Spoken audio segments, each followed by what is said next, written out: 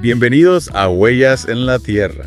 Hoy nos sumergimos en la vida de Jesús, pero no en los milagros. Vamos a explorar su infancia y adolescencia, un periodo a menudo pasado por alto, pero crucial para entender su camino. Exacto, a veces nos enfocamos tanto en la figura adulta de Jesús, y olvidamos que fue niños, que creció. Y lo interesante es que los textos que tenemos sobre su vida temprana son breves, casi como destellos. Tenemos Mateo 2.19-23, que describe el regreso de la familia a Nazaret, después de su estancia en Egipto. ¿Sí? ¿Qué sabemos de la vida de Jesús en ese pequeño pueblo? Bueno, Nazaret era un lugar rural, tranquilo, donde la vida giraba en torno a la agricultura y los oficios tradicionales. Podemos imaginar a Jesús creciendo en un ambiente familiar, aprendiendo las costumbres de su pueblo, asistiendo a la sinagoga local. Una infancia aparentemente normal, ¿no? Jugando en las calles, ayudando en las tareas del hogar. Pero realmente podemos decir que la infancia de alguien que luego cambiaría el curso de la historia fue normal. Es una pregunta que nos invita a reflexionar. Claro. Si bien no tenemos relatos específicos de esos años, podemos pensar en la influencia de su entorno, de las enseñanzas que recibió, en cómo se fue forjando su carácter. Claro. Esos 10 años de silencio en los textos bíblicos no significan necesariamente que no haya pasado nada relevante en la vida de Jesús. De hecho, algunos estudiosos sugieren que esa falta de información es deliberada, que los evangelios se centran en el ministerio público de Jesús, no en su desarrollo personal. ¿Qué piensas tú? Es una teoría interesante.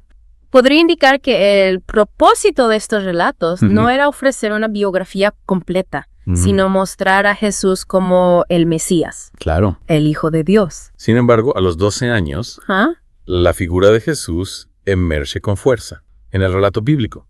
Específicamente durante un viaje familiar a Jerusalén para la Pascua. ¿Por qué esa edad es tan significativa? A los 12 años, un niño judío se convertía en hijo de la ley, lo que implicaba asumir ciertas responsabilidades religiosas.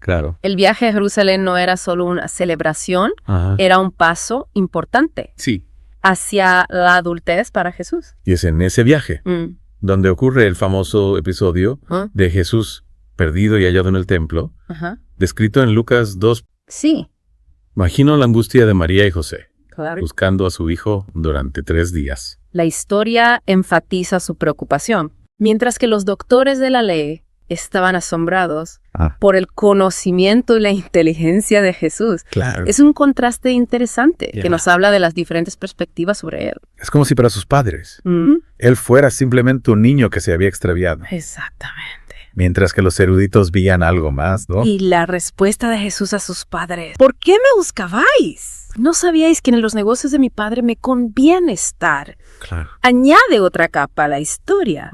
Estaba Jesús ya consciente de su misión divina a tan temprana edad.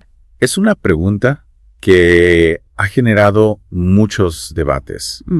Algunos interpretan la frase como una muestra de rebeldía adolescente, mientras que otros la ven como una afirmación temprana de su identidad divina. ¿Qué te parece a ti? Lo fascinante es que la frase puede leerse desde ambas perspectivas. Podría ser la reacción de un joven que se apasiona por el debate teológico.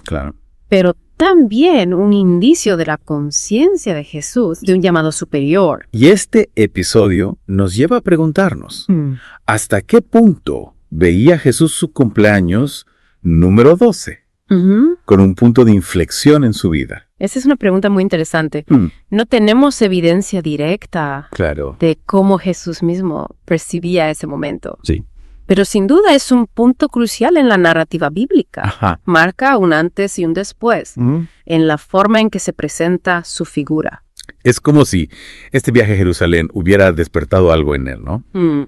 Una conciencia más profunda de su propósito, de su conexión con lo divino. Podríamos decir que sí. A partir de este punto, la historia se centra menos en Jesús como un niño y más en su desarrollo, como maestro y líder espiritual. La vuelta a Nazaret. El texto menciona que Jesús probablemente trabajó como carpintero para ayudar a su familia. Sí. Es una imagen poderosa, ¿no? Sin duda. Un joven trabajando con sus manos, creando objetos cotidianos, pero a la vez cargando con la conciencia de una misión divina. Y es una imagen que humaniza a Jesús. Claro. Que lo acerca a nuestra propia experiencia. Sí. A pesar de su origen divino, experimentó la vida cotidiana, el trabajo, las responsabilidades familiares. Es interesante pensar en cómo esa experiencia como carpintero pudo haber influido en su forma de enseñar.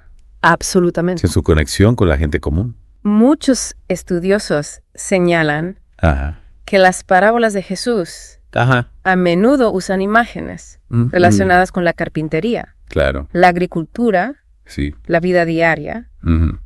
Es como si su propia experiencia se hubiera plasmado en su mensaje. Y esto nos lleva de nuevo a esos años silenciosos. Fueron realmente años sin trascendencia. Estaban preparando a Jesús para su futuro ministerio, de una manera que no podemos comprender del todo. Es una pregunta que nos invita a la reflexión.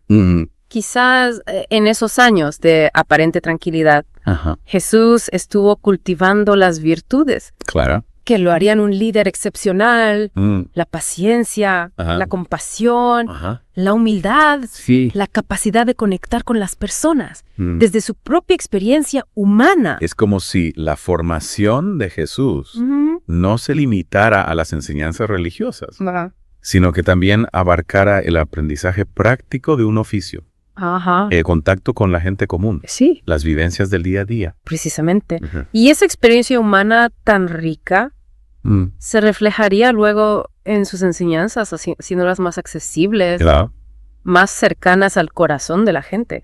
Porque Jesús no hablaba desde una torre de marfil, sino desde la comprensión profunda de las necesidades y los anhelos del ser humano. Entonces llega el momento crucial, a los 30 años.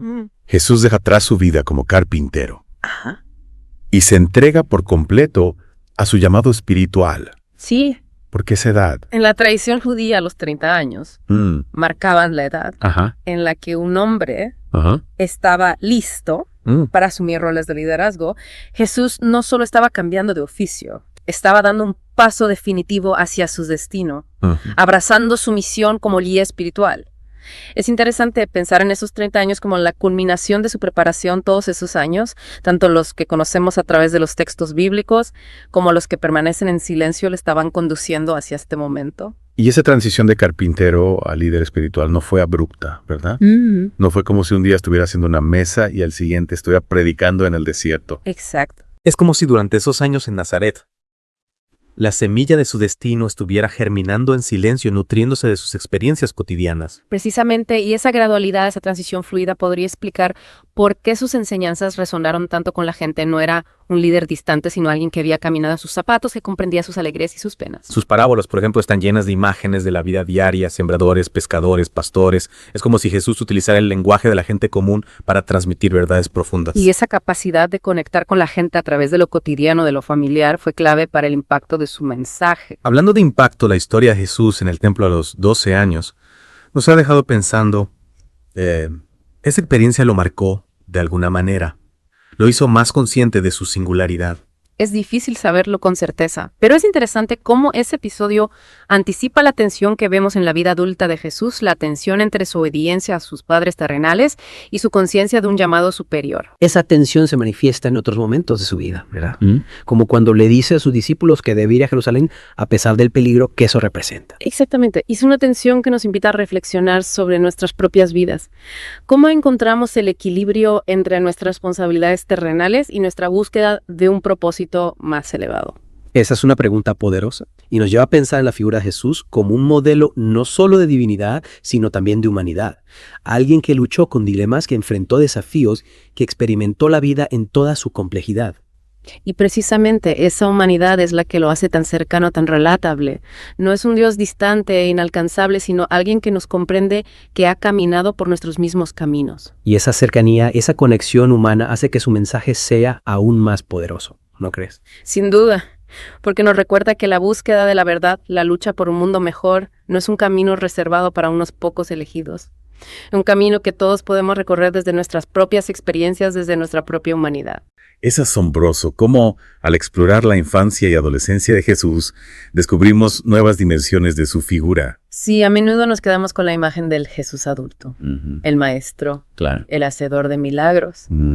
Pero al mirar su vida temprana y esa conexión con lo cotidiano, con lo familiar, es lo que hace que sus enseñanzas sean tan poderosas, tan atemporales. Y nos invita a reflexionar sobre nuestras propias vidas, ¿no?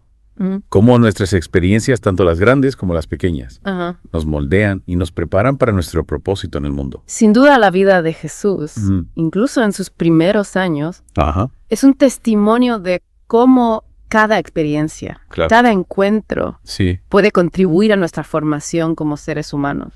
Y cómo esas experiencias a veces pasadas por alto pueden ser la semilla de algo mucho más grande. Exactamente, en el caso de Jesús. Vemos cómo su infancia y adolescencia en Nazaret, aparentemente ordinarias, fueron el crisol donde se forjó su carácter, su compasión, su profunda conexión con la humanidad. Y al final, eso es lo que hace que su mensaje sea tan universal, tan relevante para nosotros hoy en día. Nos muestra que la grandeza no siempre se manifiesta en lo extraordinario, sino también en lo cotidiano.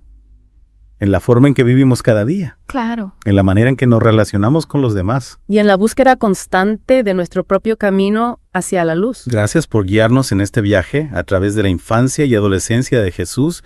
Ha sido una experiencia enriquecedora y llena de nuevos aprendizajes. Y el placer ha sido mío. Espero que esta inmersión haya abierto nuevas perspectivas para nuestros oyentes.